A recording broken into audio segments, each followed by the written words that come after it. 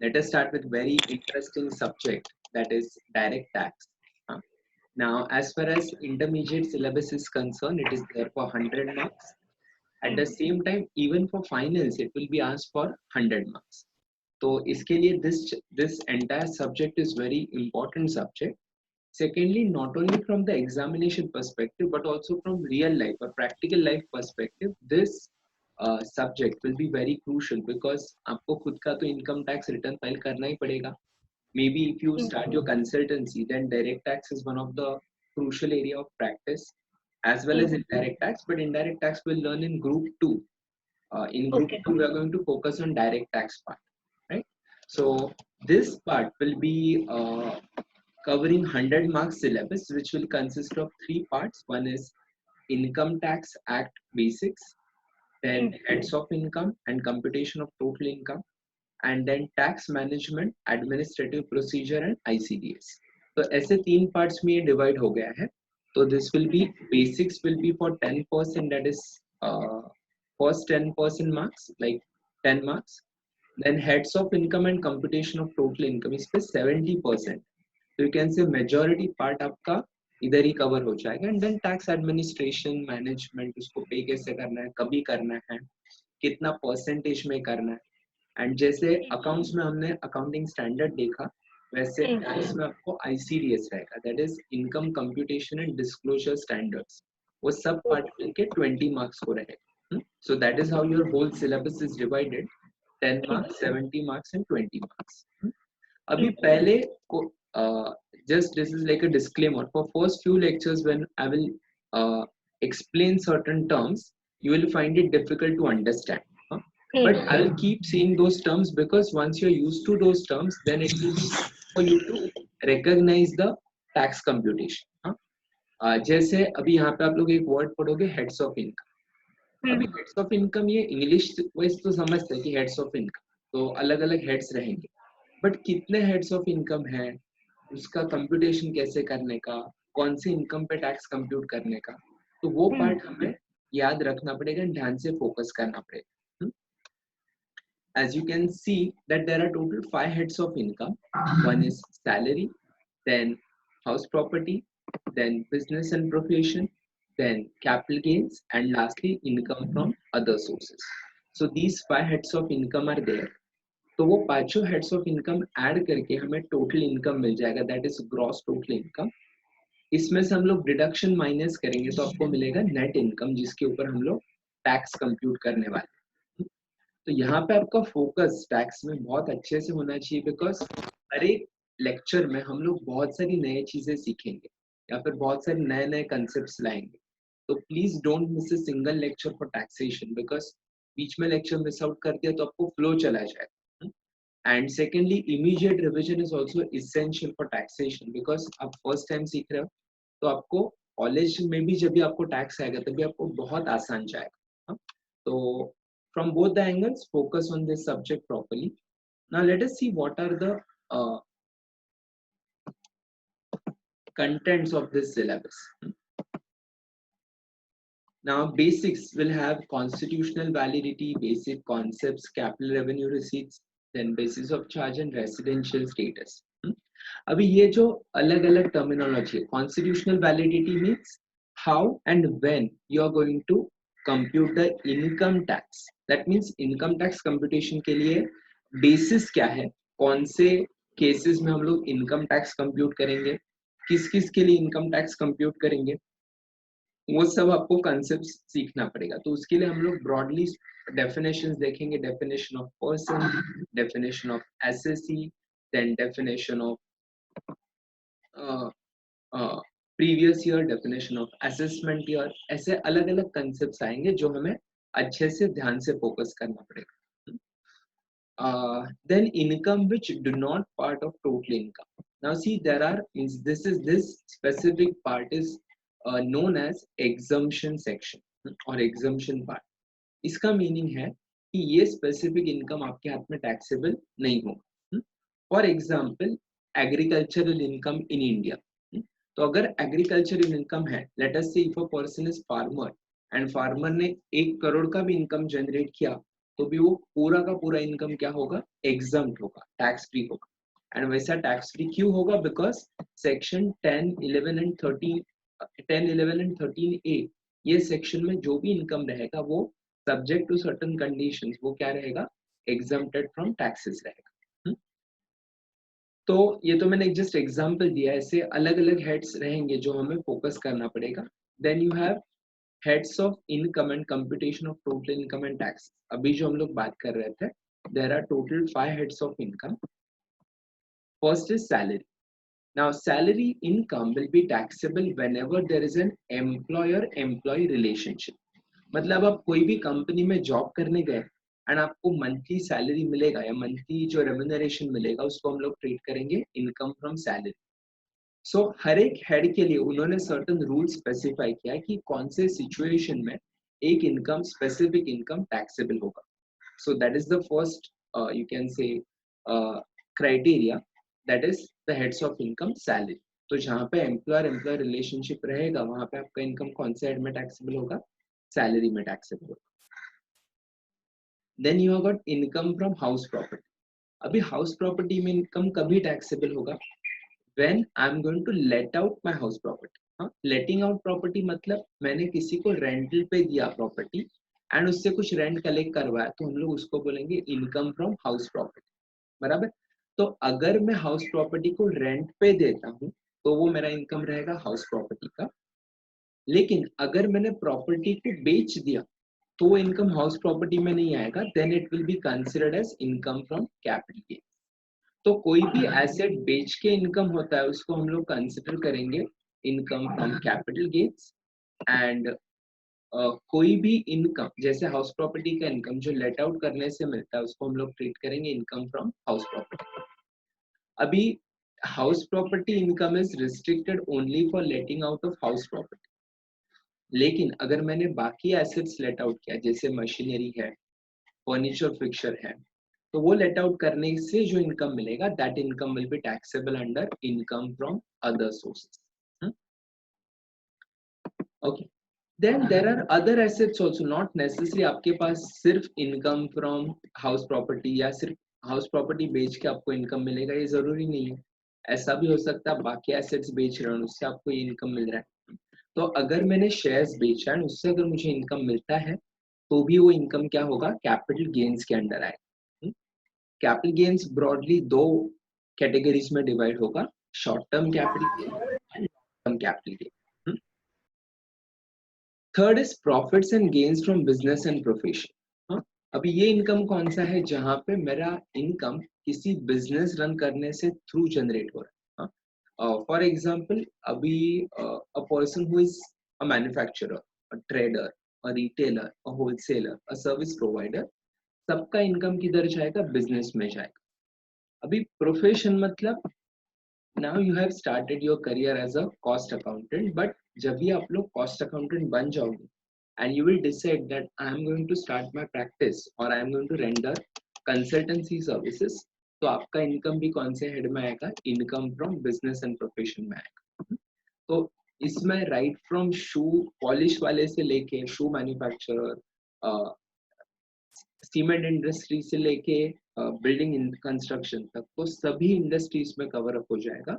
तो देखा जाए तो this is one of the big, like you can say the major chunk of the income tax comes from the this category, that is income from business. तो business income रहेगा उसके ऊपर हम लोग टैक्स कलेक्ट करेंगे, that is income from business and profession. Lastly income from other sources. Now as far as other sources are concern, जैसे मैंने आपको दो एग्जाम्पल दिया था कि मैंने मशीनरी लेट आउट किया या फिर फर्नीचर लेट आउट किया या फिर मैंने डिविडेंड इनकम अर्न किया, इंटरेस्ट इनकम अर्न किया, तो ये सब मेरे लिए क्या रहेगा, या फिर लॉटरी, क्रॉसवर्ड पजल्स, ऐसा कुछ इनकम रहेगा, तो ये सब किधर जाएगा, अदर सोर्सेस में जाएगा, बराबर। लेकिन there are certain category of income, ये तो स्पेसिफिक है, लेकिन अगर मैं किसी भी कैटेगरी में नहीं बैठा तो हम लोग किधर इनकम डाल देंगे, will transfer the income to last category, that is income from other sources. Got it? So that is how we are going to split the income under 5 heads. तो कल के लेक्चर तक आपको ये बाहर हो जाना चाहिए कि कितने हेड्स ऑफ इनकम है। So total 5 heads of income है, salary, house property, business, capital gains and other sources. अभी जैसे ही मैं सबको ऐड करूंगा उसके बाद मुझे मिलेगा ग्रॉस इनकम। लेकिन ये ग्रॉस इनकम कंप्यूट करने के लिए मुझे बाकी प्रोविजंस देखना पड़ेगा। The provisions in connection with clubbing, set of, carry forward of losses, तो ये सब प्रोविजन हम लोग कंसिडर करेंगे नेक्स्ट चैप्टर में। तो इनकम क्लबिंग कभी करना है। अभी क्लबिंग ऑफ इनकम मतलब क्या? अभी अगर मुझे मेरा इनकम पे टैक्स अवॉइड करना है तो what I can do is I can transfer my income to someone else, right? सिर्फ पेपर पे दिखाने का मैंने इनकम एक्स वाई जी को ट्रांसफर कर दिया एंड टैक्स बच जाएगा। अभी ये इतना आसान होता तो इनकम टैक्स रूल्स क्यों बनाया था? तो इसके लिए इनकम टैक्स ने रूल्स बनाया है। Income when the situations when the income will be clubbed, like my income will means if it is my income, let us say Mr. X has transferred his income to his minor child, उसको पता ही नहीं कि minor child को पता ही नहीं कि मेरे नाम पे पिताजी ने कुछ इनकम रखा, बट दैट माइनर चाइल्ड का जो भी इनकम रहेगा, now that child hasn't generated any income. वो क्यों जनरेट कर रहा है? बिकॉज उसके डैड ने उसके नाम पे कुछ प्रॉपर्टी रखा है। अभी ये जो इनकम बच्चा जनरेट करेगा उसको हम लोग क्या कंसिडर करेंगे? That income will be considered as income generated by minor child, but which will be clubbed in the hands of his parents. That will be considered as clubbing of income. So, are you understanding कि लोग tax Yes. करने के लिए क्या करते हैं? दूसरे के नाम पे इनकम ट्रांसफर कर देते हैं। तो इनकम टैक्स क्या करता है? इनकम टैक्स वो इनकम वापस उसी के हाथ में टैक्स करवाता है। So that is the meaning of clubbing of income. That is a part, income of other person included in SSC's total income. Then set off and carry forward of losses. अभी तक हमने 5 heads of income देखा, but and हम लोगों ने income की बात की, but do you think it's always possible कि मुझे प्रॉफिट ही हो? लाइक शेयर मार्केट बीच में गिर गया तो बहुत सारे लोगों ने शेयर बेच के उनको नुकसान हुआ, लॉस हुआ, बराबर? तो अगर मेरा इनकम टैक्सेबल है तो can I adjust my loss against that income? The answer to that question has been given in this part, that is set off and carry forward of the losses. Practically speaking, set off of loss is permitted, but उसके लिए rule है। ऐसा नहीं कि कौन सा भी loss में कौन से भी हेड के सामने एडजस्ट कर दूंगा। लाइक सपोज बिजनेस का लॉस एंड मुझे एडजस्ट करना है सैलरी के सामने, तो मैं एडजस्ट नहीं कर सकता because there is specific prohibition against that. तो ये चैप्टर में हम लोग सीखेंगे कि कौन सा लॉस कौन से हेड के सामने हम लोग एडजस्ट कर पाएंगे। एंड सपोज एडजस्ट कर दिया तो ठीक है, लेकिन करंट ईयर में अगर एडजस्ट नहीं किया तो can I adjust that in subsequent year? That we will learn in carrying forward of the losses. Then next chapter is deductions in computing total income. अभी ये इनकम कंप्यूट करने के time हर एक हेड में there are specific deductions given, and in addition to that specific chapter 6A has been mentioned which will talk about deductions available in computing total income. मतलब हम लोग क्या करेंगे? टोटल इनकम निकालेंगे, दैट इज जीटीआई निकालेंगे, उसमें से deductions less करेंगे एंड उसके बाद टोटल इनकम है। अब ये जो डिडक्शन मिलेगा वो सेक्शन 80 के अंदर है। तो आपने बहुत बहुत बार सुना रहेगा कि इन्वेस्टमेंट बेस्ड डिडक्शन, कि हम लोग LIC में इन्वेस्ट करते हैं, हम लोग हाउसिंग लोन रीपे करते हैं, प्रिंसिपल पोर्शन रीपे करते हैं, या फिर एजुकेशन फीस पे करते हैं बच्चों के लिए, या फिर PPF में कंट्रीब्यूशन करते हैं। तो ये जो भी इन्वेस्टमेंट हम लोग कर रहे हैं उसके वजह से मुझे क्या मिलता है? डिडक्शन मिलता है। Means technically speaking that is my income, but tax पे करते वक्त मैं उस अमाउंट पे टैक्स पे नहीं करूंगा because that income is not taxable in my hand.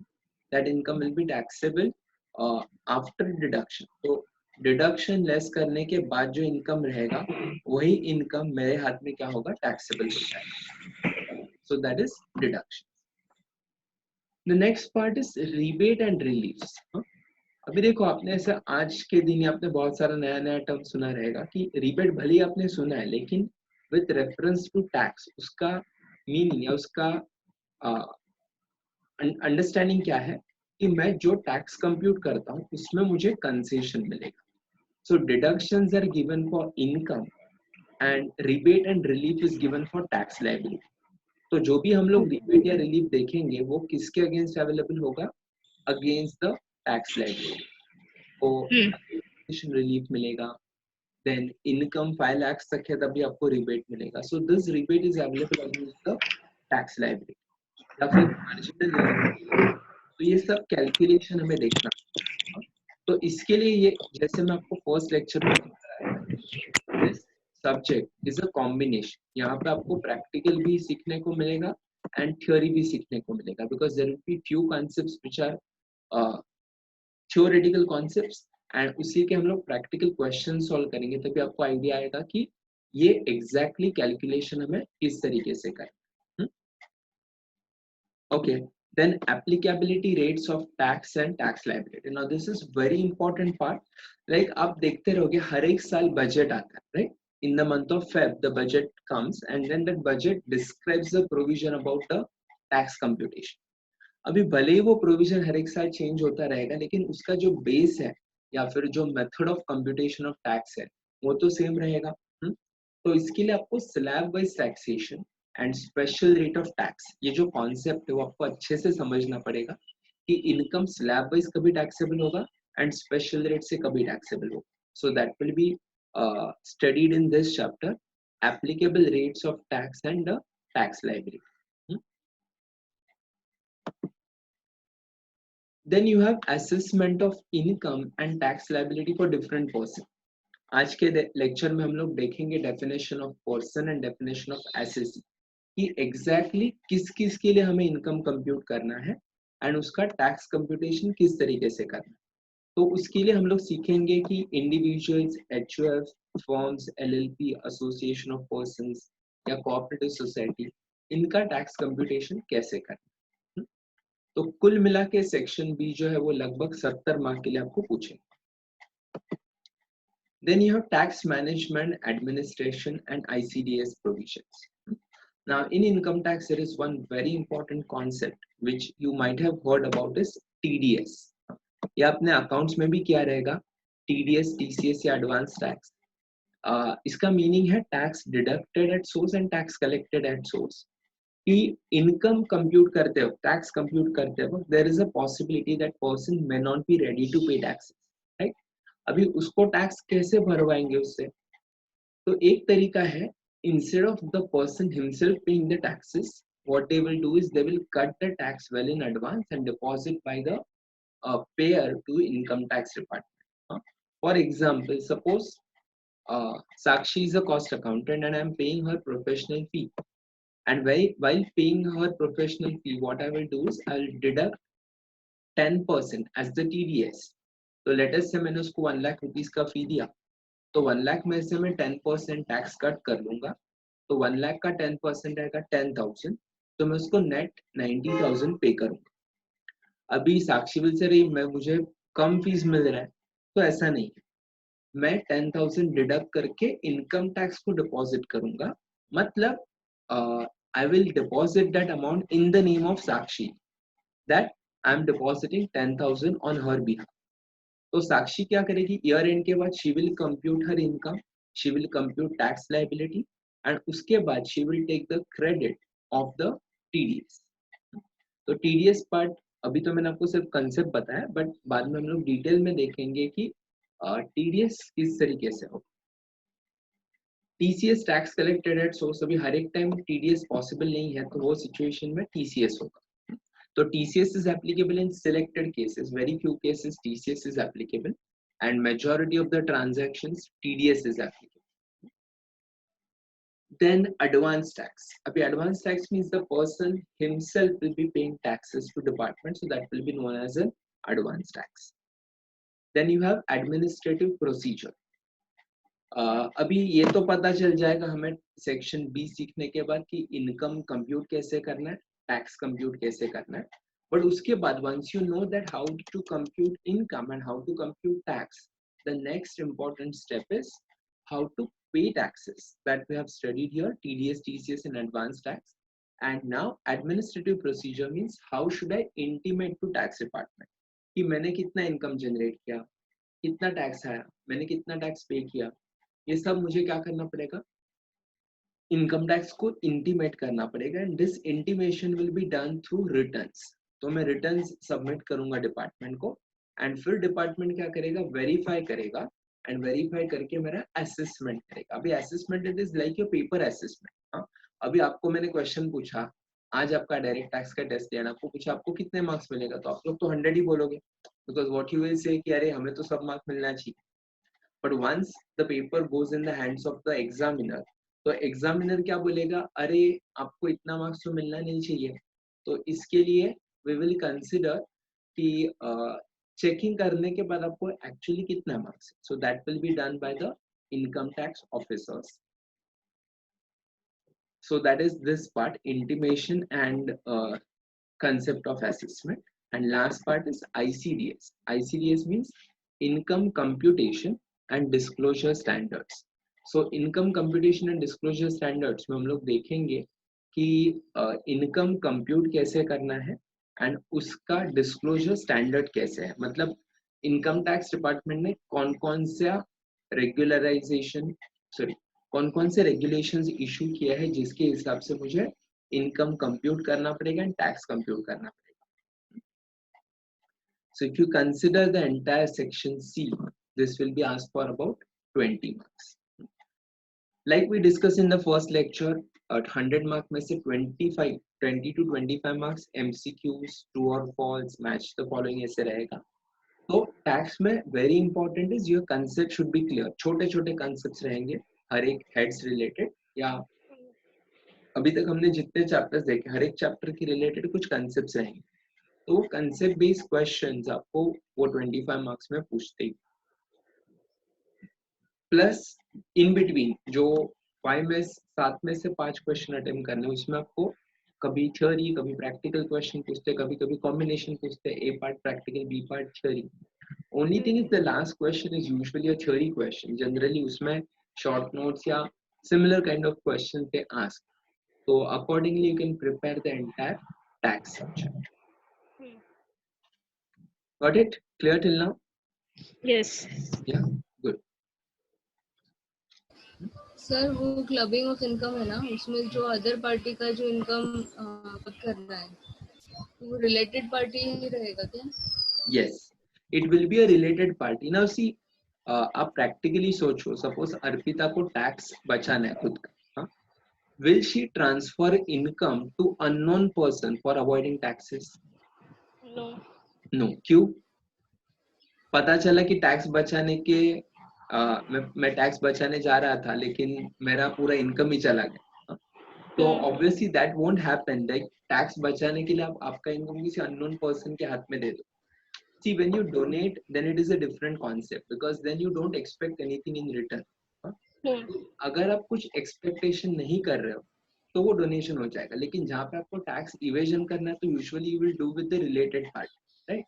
And related party के केस में अगर आपने इनकम ट्रांसफर कर दिया तो एक याद रखो कि सपोज ए है एंड उसका बेटा या उसका बेटी, उसकी माइनर डॉटर उसकी बी, तो बी का कुछ भी इनकम रहेगा वो हम लोग क्या करेंगे, ए के हाथ में टैक्स कर देंगे। But that doesn't mean same income पे दोनों टैक्स भरेंगे, मतलब बच्चा भी एंड डैड भी या मॉम भी, ऐसा नहीं होगा। The tax will be paid by either of the person. So इस एग्जांपल में जो भी माइनर चाइल्ड रहेगा तो उसके पेरेंट्स उसके ऊपर टैक्स पे करें। Got it? अभी ना बीच में एक छोटा सा इंडेक्स है जो लगभग 20 पेजेस तक चलेगा।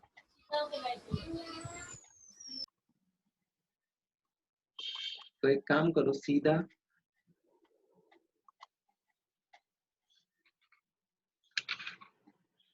22nd पेज पे आ जाओ। वो पेज नंबर 1 है लेकिन बीच में बहुत सारे पेजेस हैं।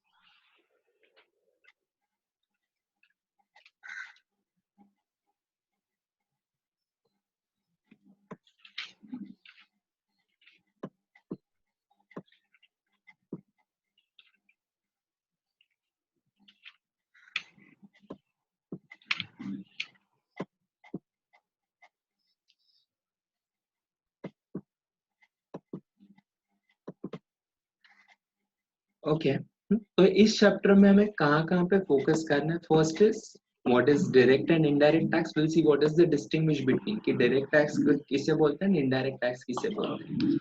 Then you have constitutional validity, administration, sources of income tax law की कौन से बेसिस पे इनकम टैक्स लॉ या ये सेक्शन जो है वो बनाए गए हैं. Then basic principles of charging income, then you have got certain definitions, वो डेफिनेशन हम लोग देख लेंगे.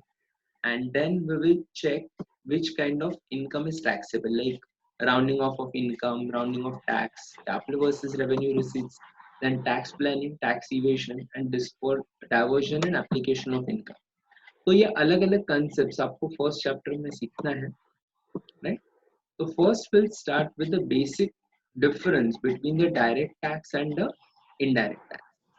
Now it is needless to say that why taxes are collected, because you know whatever facilities are provided by the government are possible only with the help of tax collection.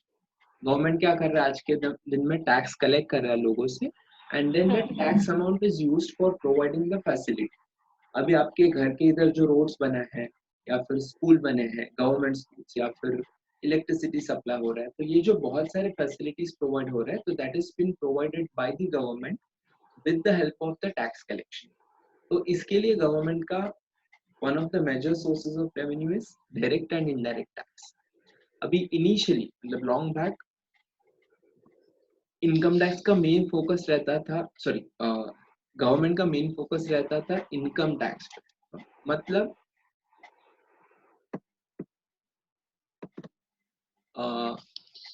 that was major source of revenue for the government. Slowly, gradually, as different types of indirect taxes started emerging, then importance of indirect tax increased, and now if you see, the GST is an equal contributor to the economy as against the earlier tax laws as well as income tax. अभी ये जो हम लोग बात कर रहे हैं income tax या डायरेक्ट टैक्स है या फिर सर्विस टैक्स या जीएसटी इनडायरेक्ट टैक्स है, तो ऐसा क्यों? तो हम लोग डिफरेंस देखते हैं यहाँ पे कि direct tax and indirect tax में मेनली डिफरेंस क्या है. Shachi will read. यस, ये पेज पर देख, direct and indirect. direct tax, incidence and impact fall on the same person. Indirect tax, incidence and impact fall on two different persons.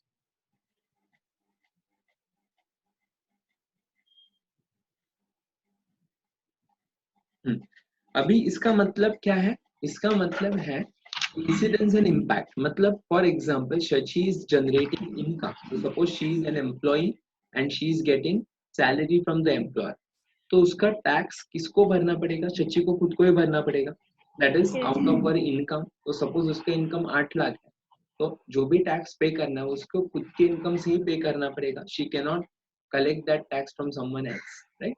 तो उसके लिए हमें क्या करना पड़ेगा? Incidence of and tax and impact of tax will fall on the same person. तो दोनों एक ही पर्सन के ऊपर रहे. अभी इनडायरेक्ट टैक्स में क्या होगा? Incidence and impact fall on two different persons. तो suppose Arpita has started her practice, and practice start करने के बाद she will have to get registered in GST, and GST में रजिस्टर्ड होने के बाद what Arpita will do is she will raise an invoice. अभी invoice कैसे रेज होता है जीएसटी में? I just show you one sample invoice.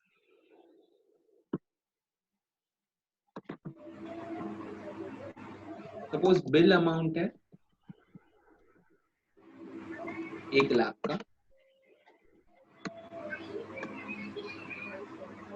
उसमें what she will do, she will add GST. अभी जीएसटी कितना आएगा? 18% से आएगा.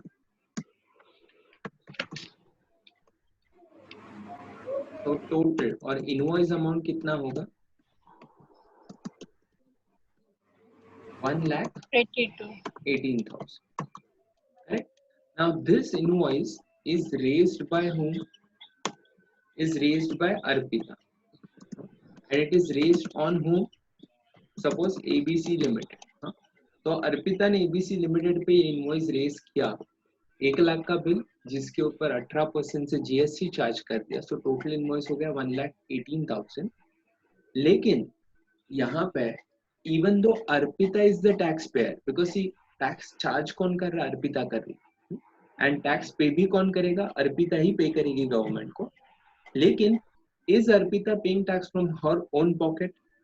जैसे हमने शची का एग्जाम्पल देखा था, 8 लाख उसका इनकम था, तो उसको टैक्स जो भी भरना है वो उसको किधर से भरना पड़ेगा? Out of her income. तो इनकम में से ही टैक्स भरेंगे, राइट राइट। वैसे इधर देखो, here the bill amount is 1 lakh.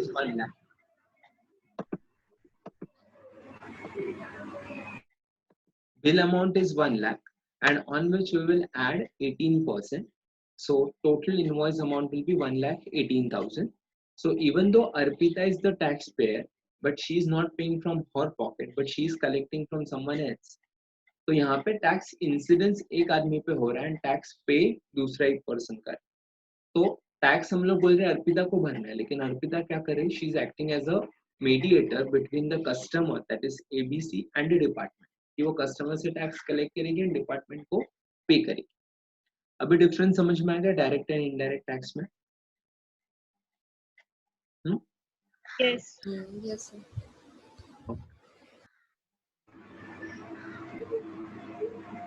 The second point, what? Assessee himself bears such taxes, thus it pinches the taxpayer. Tax is recovered from the assessee who passes such burden to another person, thus it does not pinch the taxpayer. अभी जो हमने point देखा था कि tax, जैसे first example में Shachi was paying taxes from her income, and here you are recovering the tax from another person, like Arpita was recovering tax from the company and then paying to the department. Next point. मैं पढ़ूं? हाँ पढ़ो। Direct tax levied on income, indirect tax levied on goods and services. Thus, this type of tax leads to inflation and have wider base. If you see the example of direct tax is income tax. Income tax क्या होता है हम लोग? Income tax is one of the major source of direct tax. Earlier there was wealth tax also, but now that wealth tax has been abolished, so only income tax is one of the major revenue of direct tax. Indirect tax में हम लोग देखेंगे तो broadly GST and custom duty. पहले आपको service tax रहता था, excise था, वैट था, सीएसटी था, लेकिन ये सब टैक्सेस सबस्यूम होके जीएसटी में मर्ज हो। Lastly, direct tax is a progressive in nature, that is higher tax are levied on person earning higher income and vice versa. Now we will see in today's lecture what are the tax slabs, like 0 to 2.5 lakhs nil, 2.5 lakhs to 5 lakhs 5%, then 5 lakh to 10 lakh 20%, and about 10 lakh 30%. That means जैसे आपका income बढ़ते जाएगा वैसे tax क्या होगा? बढ़ते जाएगा। Now here it is regressive in nature, indirect tax. All persons will bear equal wrath of the tax on goods or service consumed by them irrespective of their ability. It is useful tool to promote social welfare by checking the consumption of harmful goods or sin goods through higher rate of tax. जैसे आप देखोगे कि जो hazardous products है उसके ऊपर GST वो क्या करते हैं? सबसे ज्यादा रखते हैं, so that there will be lesser of consumption for that specific product. And secondly, if people still consume that product, there's no problem because department is anyways getting the revenue. तो जो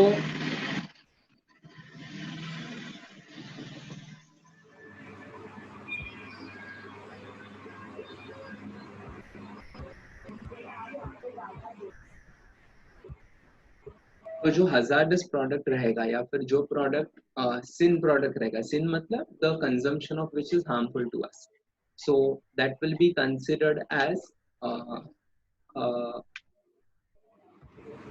a measure to collect extra revenue from that.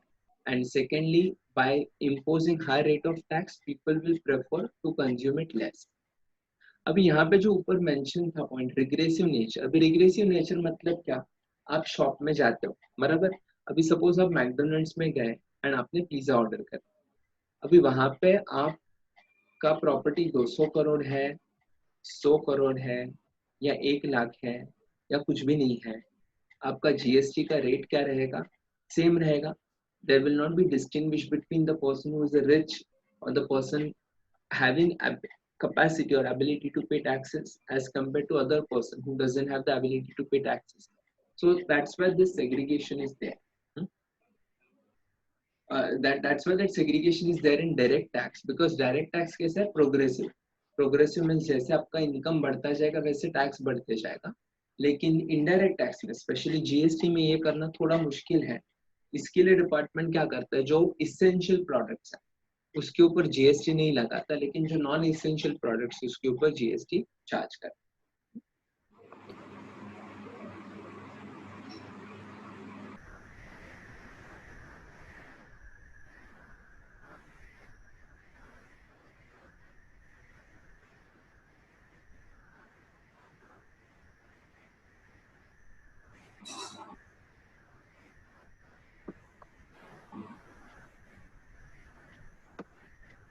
मेरा आवाज आ रहा था नहीं ना अभी? नहीं. सॉरी, वो मेरा म्यूट पे चला गया. Sorry, I was explaining something and then I was on mute. Okay. I'll explain this point. तो progressive nature of tax and regressive nature of tax. तो progressive nature of tax में क्या होगा, जैसे पर्सन का इनकम बढ़ते जाएगा वैसे टैक्स बढ़ते जाएगा. For example, if you are having higher income, आपका टैक्स रेट ज्यादा रहेगा, लोअर इनकम आपका टैक्स रेट कम रहेगा. लाइक आपका इनकम 5 लाख के नीचे है तो आपका टैक्स रेट 5% आएगा, आपका इनकम 1 करोड़ है तो आपका टैक्स रेट 30% होगा. एट द सेम टाइम जैसे इनकम बढ़ेगा और ज्यादा होगा तो आपको सरचार्ज भी उसके ऊपर चार्ज करना पड़ेगा एट अ हायर रेट. वैसे इनडायरेक्ट टैक्स में नहीं है. इनडायरेक्ट टैक्स कैसे है, आपका इनकम कितना भी होने दो, आपका प्रॉपर्टी 200 करोड़ है, 100 करोड़ है, 50 लाख है, 10 लाख है, 1 लाख है, लेकिन आप कोई भी प्रोडक्ट कंज्यूम करोगे उसके लिए जो जीएसटी रेट अप्लाई होता है वो सबके लिए क्या रहता है, यूनिफॉर्म रेट रहता है. So that is regressive nature of taxes. And lastly, useful tool in promoting social welfare by checking the consumption of harmful goods or sin goods. तो जो प्रोडक्ट आपके हेल्थ के लिए अच्छे नहीं है, या फिर जो those products which may lead to diseases, तो उस केस में डिपार्टमेंट क्या करता है, रेट ऑफ टैक्स ज्यादा रखते हैं. तो रेट ऑफ टैक्स ज्यादा रखा तो नेचुरली कंजम्पशन क्या होगा, कम होगा, because you will consume lower quantity of a product. Okay, तो डायरेक्ट एंड इनडायरेक्ट टैक्स में फर्क समझ में आया? Yes. Okay. Next is constitutional validity of the taxes. Now do one thing, read article 265 and 246. यहाँ वाला, ये वाला पार्ट पढ़ो, फिर मैं आपको एक्सप्लेन करता हूँ what it is. जो मैंने हाईलाइट किया वो पहला पार्ट पढ़ो.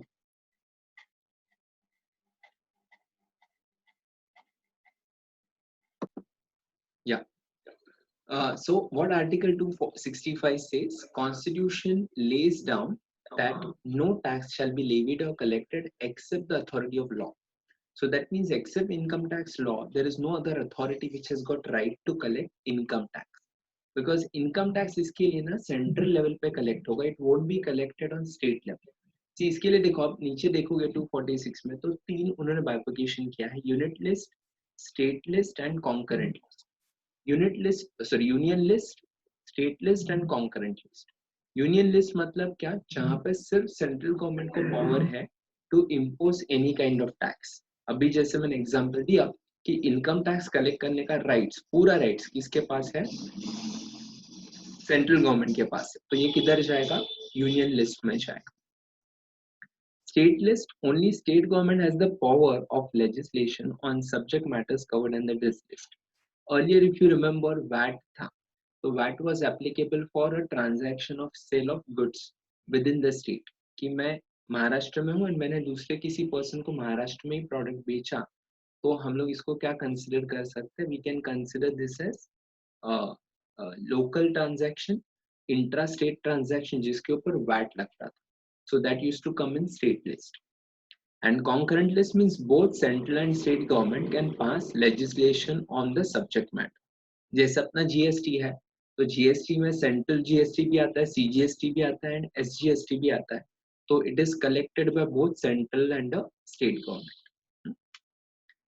आए समझ में? हाँ. Now, if a state law relating to an entry in list 3 is repugnant to a union law relating to that entry, the union law will prevail and the state law shall, to the extent of such repugnancy, be void. मतलब जहाँ पे state and central government, मतलब third category, जहाँ पे both central and state government has the powers for a specific subject matter, then central government ने जो stand लिया, that stand will be valid or that stand will be given more, you can say, importance as compared to stand taken by the state government. Sorry? Repugnancy. Repugnant, if a state law relating to an entry in list 3 is repugnant to a union law, repugnant मतलब in contradictory to, or you can say दोनों में view अलग अलग रहेगा तो, or in contradiction to. Okay. Yeah, like your grandparents are giving some instruction, grandparents are telling you don't go out of the house, and your parents are telling जरा नीचे से जाके कुछ सामान लेके आओ. So ये दो अलग अलग अथॉरिटीज है ना, तो वैसे है कि दोनों का अलग अलग कॉन्ट्राडिक्टरी डिसीजन हो गया, तो उसमें जो हायर अथॉरिटी रहेगा उसको हम लोग वैलिडिटी समझेंगे. तो ग्रैंड पेरेंट्स ने जो बोला है हम लोग बोलेंगे उसके हिसाब से हम लोग इंस्ट्रक्शन फॉलो करेंगे. Okay. Yeah. Then following major entries in respective list enables the legislature to make law on that matter. अभी यहाँ पे दो लिस्ट है, एक तो union list and state list. Entry 82, ये एमसीक्यूज के लिए इंपॉर्टेंट है. Entry number 82.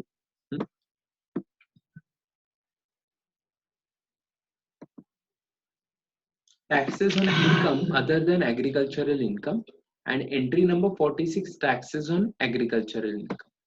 अभी आपके मन में डाउट आएगा, थोड़ी देर पहले मैंने बोला कि agriculture income exempt from taxes है, एंड ये suddenly taxes on agriculture income यहाँ पे कैसा है?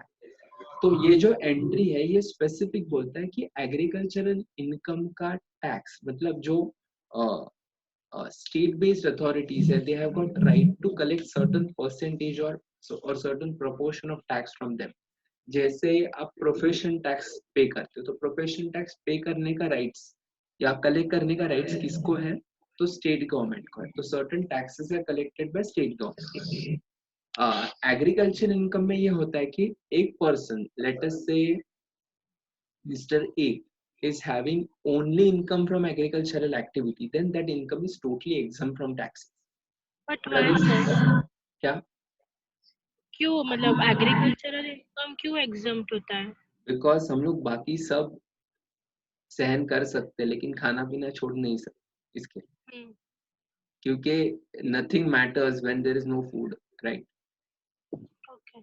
Yeah, that's why they have given exemption. And see, secondly क्या होता है, already farmers are facing so much of issues, so at least these farmers are relieved by way of this exemption.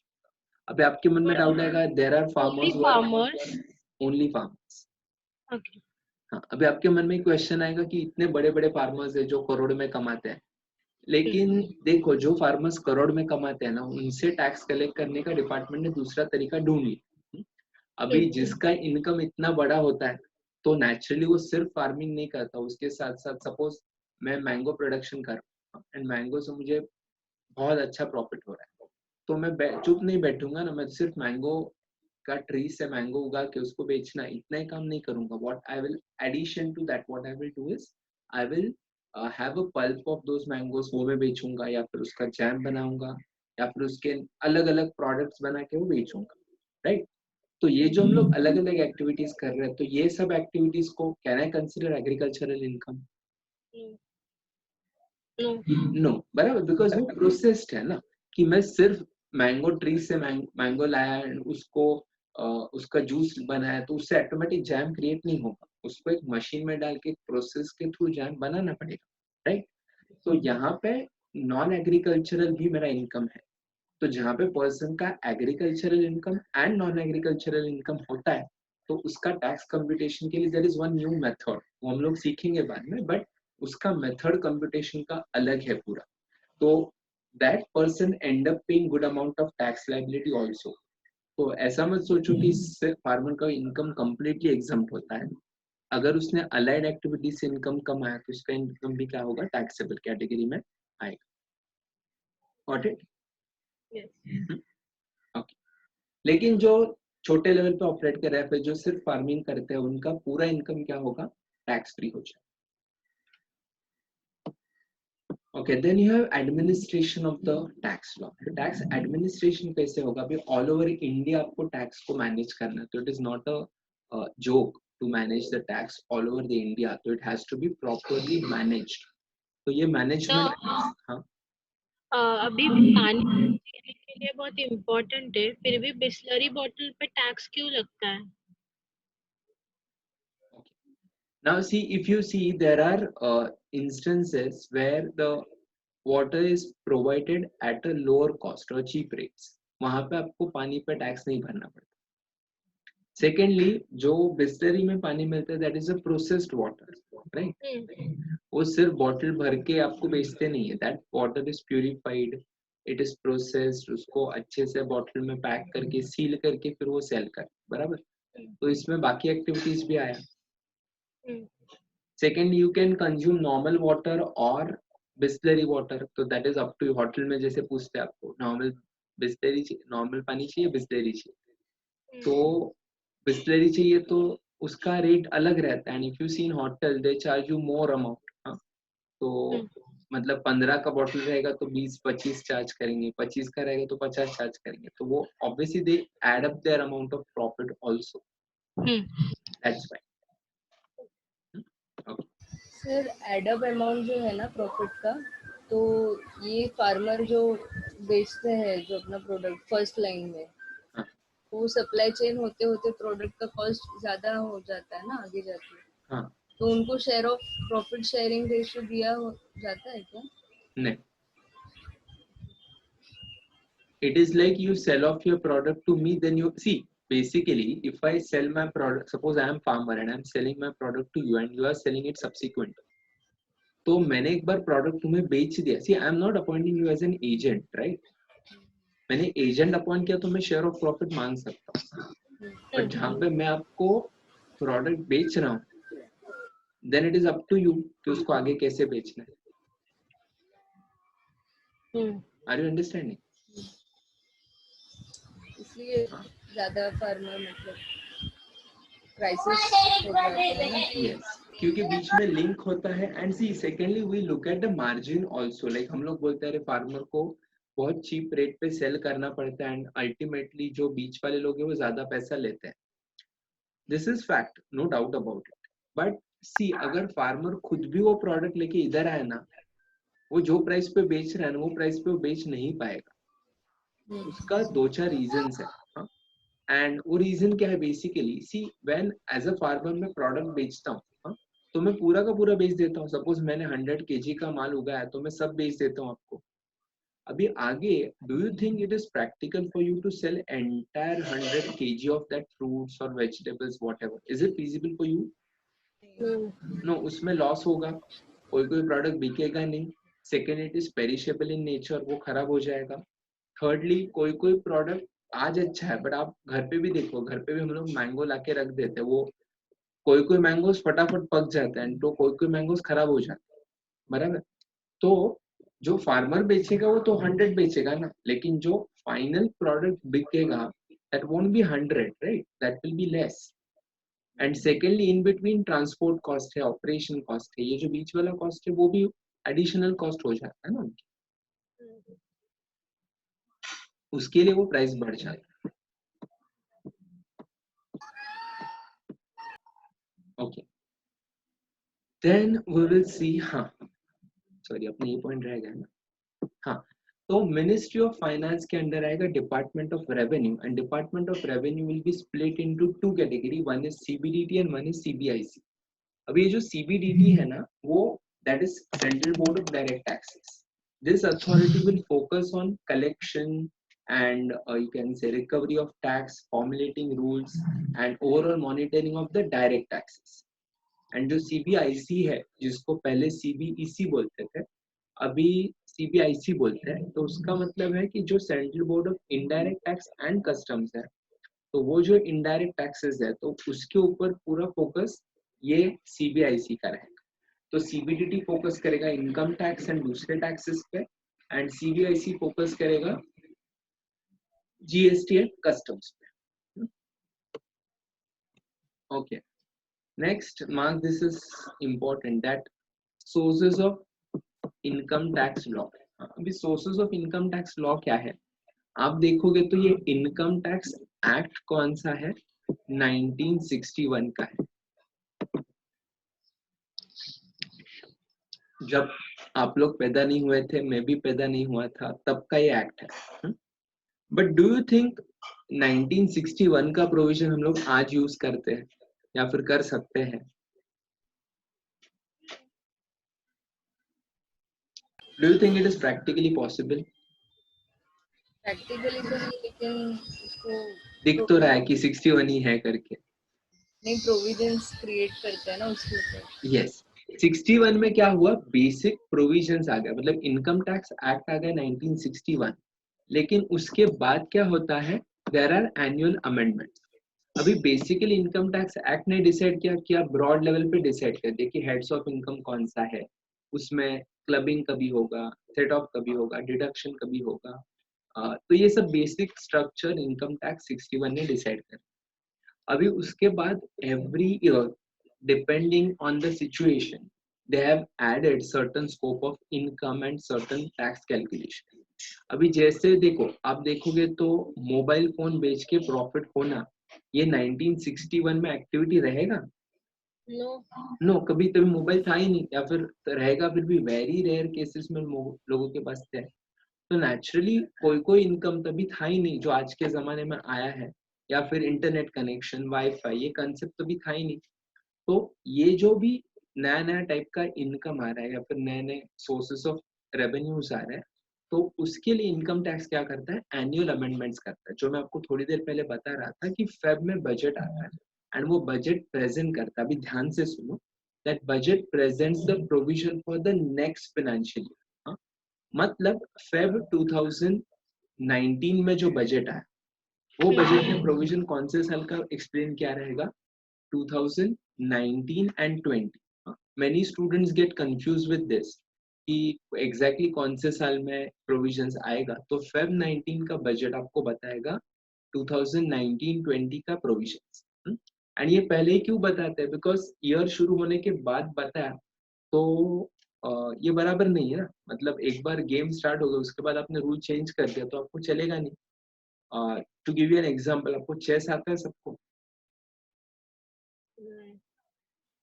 आता है, पता तो है बेसिक मूवमेंट्स, चेस का पता है ना? हाँ. तो सपोज चलो अर्पित एंड मैंने चेस स्टार्ट कर दिया and Sakshi is the umpire, and बीच में साक्षी आ गया, आधा मैच हो गया, एंड बीच में साक्षी आ गई, अभी बोलती है वो हाथी है, वो टेढ़ा जा सकता. अभी आपको सबको पता है ना, हाथी सीधा ही जा सकता है, इधर एक स्ट्रेट लाइंस. एंड उसने बीच में आके बोला अभी से हाथी टेढ़ा भी जा सकता है.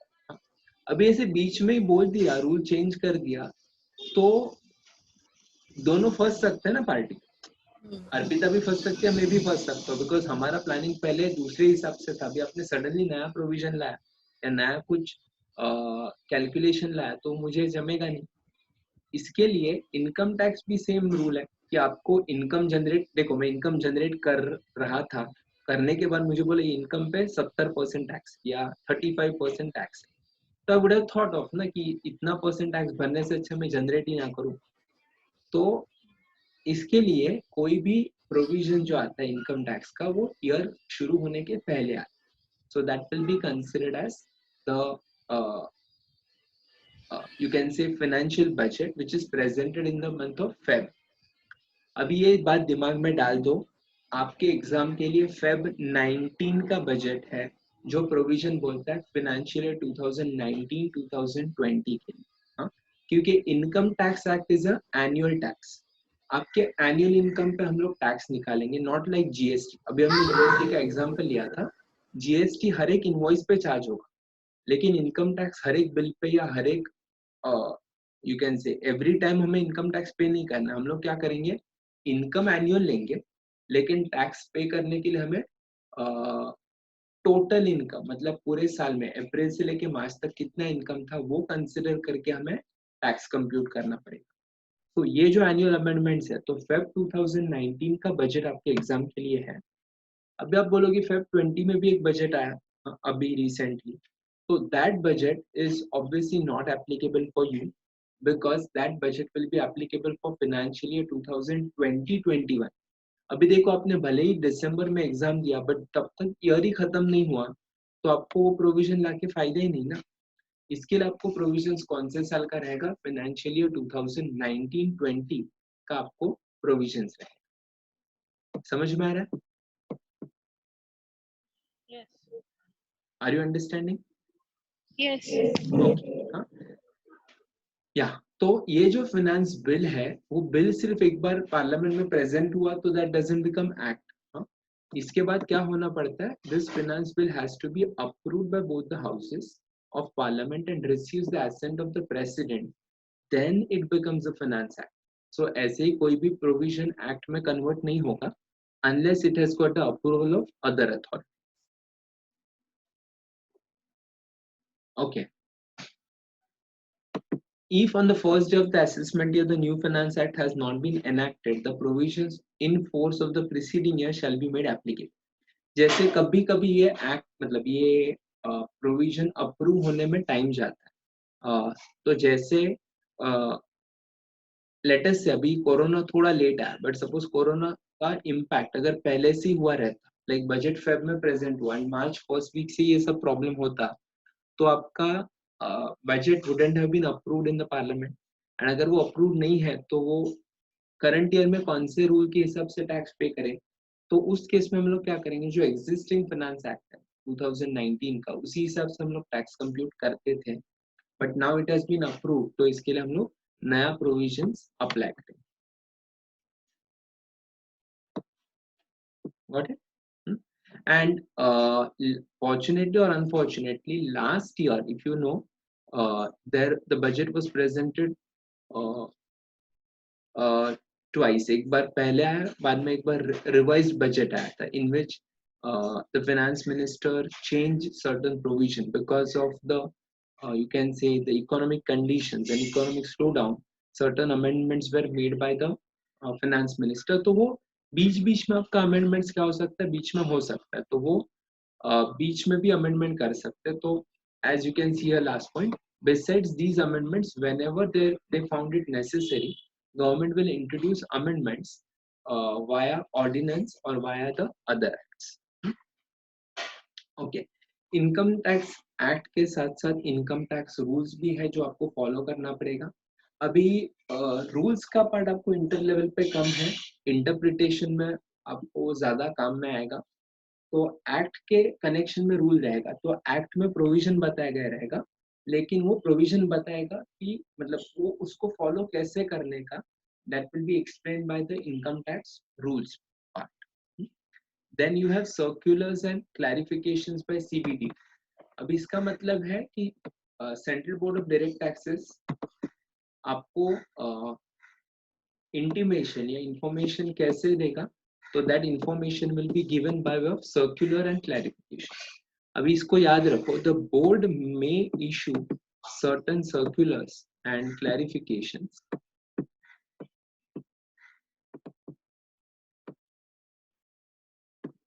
from time to time, which will have to be followed and applied by the income tax authority।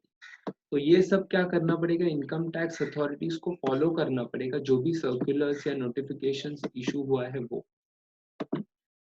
Circulars or clarifications are binding upon income tax authorities, but are not binding on the assessee. तो जो भी department circulars लेके आएगा वो compulsory किसको follow करना है, tax department को फॉलो करना है। एसएससी के लिए क्या रहेगा, सर्कुलर को यूज करना उसके लिए बाइंडिंग नहीं रहेगा। अगर एसएससी को चाहिए तो वो बेनिफिट क्लेम कर सकता है, but it is can claim है, तो अगर उसके फेवर में है तो वो यूज करेगा, अदरवाइज वो यूज नहीं। Okay, these circulars are not binding on income tax tribunals or court। हाँ, ये इनकम टैक्स के हायर लेवल ऑफ अथॉरिटीज है, जो हम लोग लास्ट चैप्टर में सीखेंगे कि ट्राइब्यूनल कौन होता है, कोर्ट कौन होता है। And lastly judicial decision. अभी बहुत बार आपको रेफरेंसेस आएगा केस लॉस का। अभी भले ही प्रोविजन बताया है लेकिन उसमें बहुत सारे डिस्प्यूट्स होने का चांसेस है, एंड ये डिस्प्यूट सॉल्व कैसे होगा, by way of matter referred to in court. तो कोर्ट मैटर पे जो फाइनल डिसीजन आएगा उसके बेसिस पे फिर उसके रेफरेंस लेके हम लोग क्या कर सकते हैं, आगे का कंप्यूटेशन कर सकते हैं। तो उसके लिए हमें केस लॉज भी सीखना पड़ेगा कि कौन से केस लॉ में क्या क्या डिसीजन आया था, उसके हिसाब से हम लोग क्या कर सकते हैं, टैक्स का प्रोविजन अप्लाई कर सकते हैं।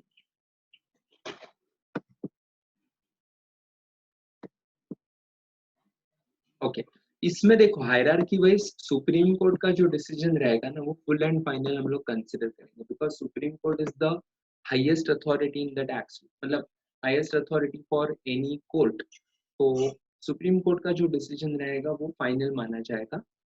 अगर कॉन्ट्राडिक्टरी डिसीजन है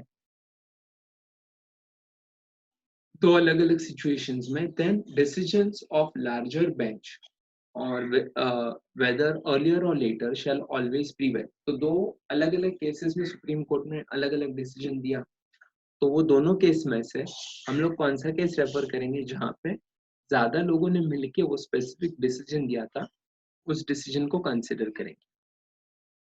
As far as ITAT and High Court are concerned, as far as income tax policy is concerned, income tax के लिए highest authority कौन सा है, income tax appellate tribunal। Like tax authorities wise tribunal is the highest authority and court wise highest authority is Supreme Court। Okay, which fall under their jurisdiction unless it is overruled by the higher authority।